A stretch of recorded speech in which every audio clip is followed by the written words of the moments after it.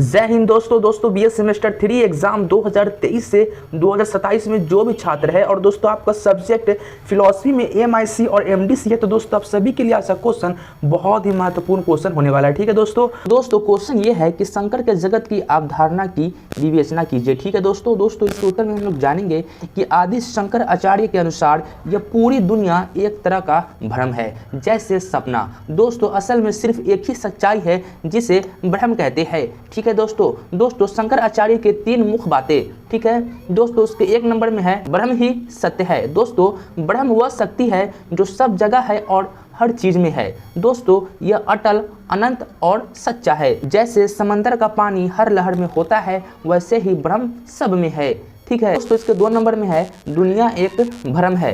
दोस्तों शंकर आचार्य कहते हैं कि यह जो दुनिया हमें दिखाई देती है वह असल में एक भ्रम है यानी माया है। जैसे सपना सच नहीं होता वैसे ही ये दुनिया भी असल नहीं है। ठीक है दोस्तों जब तक हम अज्ञान में रहते हैं यह दुनिया हमें असली लगती है। ठीक है दोस्तों इसके 3 नंबर में है आत्मा और ब्रह्म एक ही है। ठीक है दोस्तों हमारी आत्मा, हम खुद और ब्रह्म में कोई फर्क नहीं है। ठीक है दोस्तों अज्ञान के कारण हमें लगता है कि हम शरीर या मन है, लेकिन असल में हम ब्रह्म के अंश है।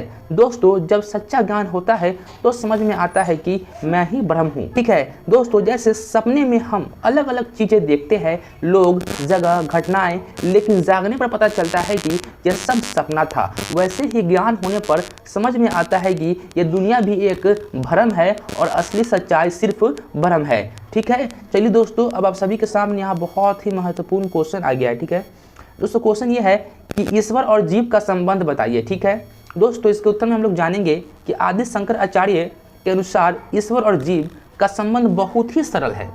ठीक है दोस्तों लेकिन हमें अज्ञान, अविद्या के कारण यह समझ में नहीं आता है। ठीक है दोस्तों ईश्वर और जीव का रिश्ता। दोस्तों इसके 1 नंबर में है कि ईश्वर और आत्मा एक ही है।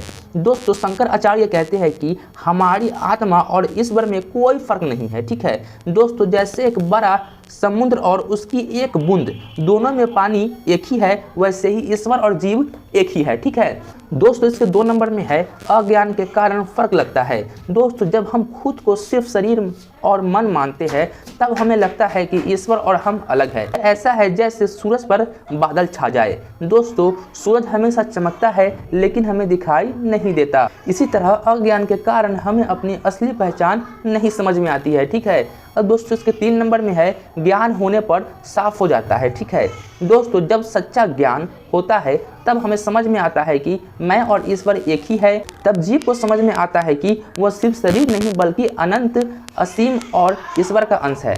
दोस्तों उदाहरण में समझे इसके 1 नंबर में है सपने का उदाहरण। सपने में आप बहुत सी चीजें देखते हैं, लोग, जगह, घटनाएं, लेकिन जगने पर पता चलता है कि यह सिर्फ सपना है, आपके मन का खेल है। ठीक है दोस्तों उसी तरह जब ज्ञान होता है तब समझ में आता है कि हम और ईश्वर अलग नहीं, यह सब माया है।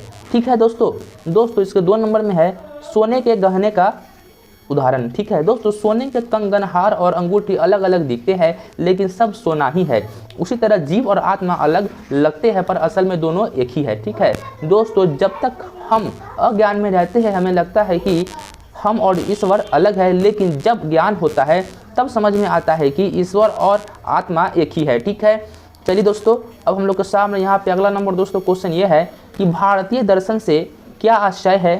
ठीक है दोस्तों भारतीय दर्शन की विशेषताएं बताइए। ठीक है दोस्तों इसके उत्तर में हम लोग जानेंगे कि भारतीय दर्शन का मतलब है भारत में हजारों साल से जीव, आत्मा और मोक्ष के बारे में किए गए गहरे विचार। दोस्तों इसका मुख्य उद्देश्य यह समझना है कि जीवन का असली मतलब क्या है और आत्मा को जन्म मृत्यु के चक्र से कैसे मुक्त किया जा सकता है। ठीक है दोस्तों इसमें माना जाता है कि जीव का अंतिम लक्ष्य मोक्ष पाना है, यानी आत्मा का परमात्मा में मिल जाना है।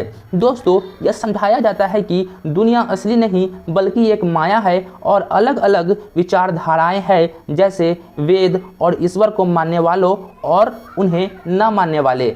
दोस्तों योग, ध्यान और साधना को मन को शांत और आत्मा को शुद्ध करने के लिए जरूरी माना गया है। ठीक है दोस्तों यह दर्शन बताता है कि सब कुछ एक दूसरे से जुड़ा है। जीव, प्रकृति और सब एक है। अहिंसा, धर्म का पालन और सच्चाई पर चलना इसमें बहुत ही महत्वपूर्ण है। दोस्तों यह सिर्फ सोचने का तरीका नहीं बल्कि जीने का तरीका सिखाता है। ठीक है, अब दोस्तों यहाँ पे अगला नंबर क्वेश्चन ये है कि भारतीय दर्शन के आस्तिक तथा नास्तिक का वर्णन करें। ठीक है दोस्तों, इसके उत्तर में हम लोग जानेंगे कि भारतीय दर्शन में दो तरह के संप्रदाय होते हैं, आस्तिक और नास्तिक। दोस्तों यह भगवान, आत्मा और वेदों पर विश्वास के आधार पर अलग अलग होते हैं। ठीक है दोस्तों, आस्तिक संप्रदाय वह होते हैं जो वेद और भगवान और आत्मा को सच मानते हैं। इनके मुताबिक दुनिया में जो भी हो रहा है उनका कारण भगवान और कर्म है। दोस्तों आस्तिक संप्रदाय के कुछ मुख्य दर्शन है। ठीक है दोस्तों, संख्याय दर्शन। दोस्तों यह मानता है कि आत्मा और प्रकृति अलग अलग है। ठीक है दोस्तों, और मुक्ति तभी मिलती है जब आत्मा प्रकृति से अलग हो जाती है। ठीक है दोस्तों, योग दर्शन ध्यान, साधना और योग के जरिए आत्मा को शुद्ध करने की बात करता है। ठीक है दोस्तों, न्याय और वैशेषिक दर्शन तर्क और विज्ञान के आधार पर भगवान और आत्मा के आस्तिक को समझाते हैं। ठीक है दोस्तों, मीमांसा दर्शन वेदों के कर्म कांड और पूजा पाठ को सबसे महत्वपूर्ण मानता है। ठीक है दोस्तों, वेदांत दर्शन यह कहता है कि आत्मा और परमात्मा एक ही है, बस अज्ञान की वजह से अलग दिखते हैं। ठीक है दोस्तों, नास्तिक संप्रदाय वो होते हैं जो भगवान और वेद और आत्मा को नहीं मानते हैं। दोस्तों यह मानते हैं कि जो कुछ है वह इस जीवन में ही है और कोई ईश्वर या आत्मा नहीं है। इसमें तीन प्रमुख दर्शन है। ठीक है दोस्तों, इसका पहला दर्शन है चार्वाक दर्शन। दोस्तों सिर्फ इस दुनिया और शरीर को सच मानता है, कहता है कि जब शरीर खत्म तो सब खत्म, न कोई आत्मा और न कोई पुनर्जन्म। दोस्तों बौद्ध दर्शन भगवान और आत्मा को नहीं मानता है लेकिन सिखाता है कि दुख से कैसे छुटकारा पाए, ध्यान और नैतिक जीवन पर जोर देता है। ठीक है दोस्तों, जैन दर्शन। दोस्तों जैन दर्शन भगवान को सृष्टि का रचयिता नहीं मानता है, अहिंसा, आत्मनियंत्रण और तपस्या से मोक्ष पाने का रास्ता दिखाता है। दोस्तों आस्तिक भगवान, आत्मा और वेदों पर विश्वास करते हैं जबकि नास्तिक यह सब नहीं मानते हैं, जीवन को तर्क, अनुभव और कर्म के आधार पर समझते हैं। ठीक है चलिए दोस्तों, अगला नंबर क्वेश्चन बहुत ही महत्वपूर्ण है। इसी प्रकार दोस्तों क्वेश्चन ये है कि नास्तिक दर्शन के संदर्भ में चार्वाक दर्शन, जैन दर्शन एवं बौद्ध दर्शन का वर्णन करें। ठीक है दोस्तों, इसके उत्तर में हम लोग जानेंगे कि चार्वाक दर्शन कहता है कि सिर्फ ये दुनिया ही सच है, आत्मा, भगवान और परलोक कुछ नहीं है। दोस्तों जीवन का आनंद लो, मरने के बाद कुछ नहीं बचता। ठीक है दोस्तों, जैन दर्शन मानता है कि आत्मा और कर्म ही सब कुछ है, अहिंसा, सच और त्याग से आत्मा को शुद्ध करो और मोक्ष पाओ, भगवान सृष्टि के रचयिता नहीं है।